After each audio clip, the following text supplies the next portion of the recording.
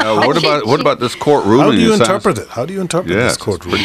Well, it's let's just say the Democrats filed this case because we really wanted to alert the public that, 20 Democrats were elected and 20 Republicans were elected. Power sharing seems to make sense. In fact, this is what the Virginians actually voted for.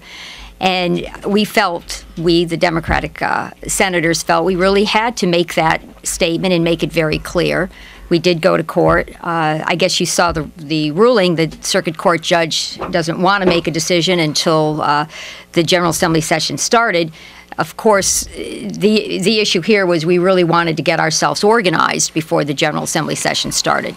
Committee chairs named, committee assignments made, some knowledge about who would sit on which committee, how many slots you'd have on which committee. Did it mean? I know this information just has come out. We're all trying to get all the details, but it did suggest that the judge thinks that you don't have an actionable moment until the Assembly convenes, and then you want to organize the Senate as you always do, and at that moment, then you can come back to court. That seems to be what he's saying. Yeah, and I think there'll be some differences of opinion. I think some folks would probably want to get maybe appeal this and get a different determination. It just, the timing of this doesn't work well if we don't have a decision prior to the session starting, because the session, bills are filed, we have to do the public's business, we're organized in a certain way, and to serve our citizens in Virginia, we just need to have our committee structure up and running, and that's really what this is about. It's about who's going to chair the different committees. Are we going to share power?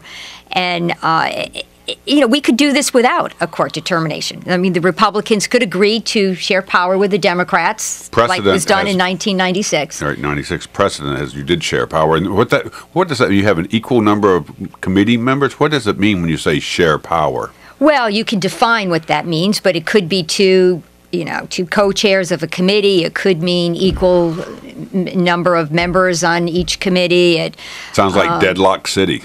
Well, it's not going to be deadlock city. If it is, then you've got the Lieutenant Governor Bowling, who actually does have the authority to break a tie vote on legislative matters, on bills that are deadlocked. He does have. I don't want to get into the weeds, but where does he not have the authority to break a tie? Because that, I guess, well, organizational matters were one of the areas, putting committees such together. As putting committees together. So the point at which it's vague in that question. The point at which there's a deadlock vote on who will be on a committee, and the Lieutenant Governor casts the deciding vote, is when the judge seems to be saying that's the point at which you Democrats can then file suit.